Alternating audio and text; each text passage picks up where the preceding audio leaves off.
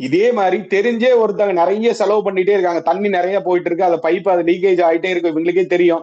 நிறைய லீக் ஆகுதுன்னு தெரியும். பட் அதை வந்து கண்டுக்க மாட்டாங்க. அந்த மாதிரி இருந்தாலும் நிறைய விரையாகும். கம்மியா தண்ணி வேஸ்ட் ஆனா கம்மியான விரயங்கள் வரும். கண்ணுக்கு தெரியாத விரயங்கள் வரும். இதே மாதிரி நிறைய தண்ணி வேஸ்ட் ஆச்சுன்னா வேணுனே விரயம் அப்படிங்கறத வந்து பண்ணுவான்.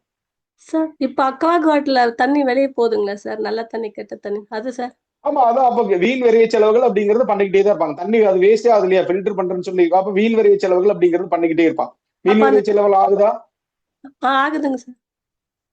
கண்டிப்பா ஹாஸ்பிட்டல். ஆகும். தவிர்க்க முடியாத செலவுகள் அல்லது எதிர்பாராத செலவுகள் அப்படின்னு சொல்லி சொல்லலாம். இப்ப அந்த தண்ணியை புடிச்சு ஏன்னா யூஸ் பண்ணிக்கலாமா சார்? யூஸ் பண்ணிக்கலாங்க. ஏதாவது ஒரு செடிக்கு போற மாதிரி கூட அதை வந்து பாத்தீங்கன்னா யூஸ் பண்ணலாம். செடிக்கு போற மாதிரி அதை ஒரு இது பண்ணோம் அப்படின்னா அந்த செலவுகள் மூலியமாக வேற ஏதோ ஒரு வகையா ஒரு வருமானம் வர்றதுக்கும் வாய்ப்புகள் அப்படிங்கிறது வந்து பாத்தீங்கன்னா இருக்கு. நீங்க ஏதோ ஒரு பொருள் வாங்கினீங்கனாலும் அதை வந்து பாத்தீங்கன்னா யூஸ் பண்ணுவீங்க. Thank you sir. ஓகே.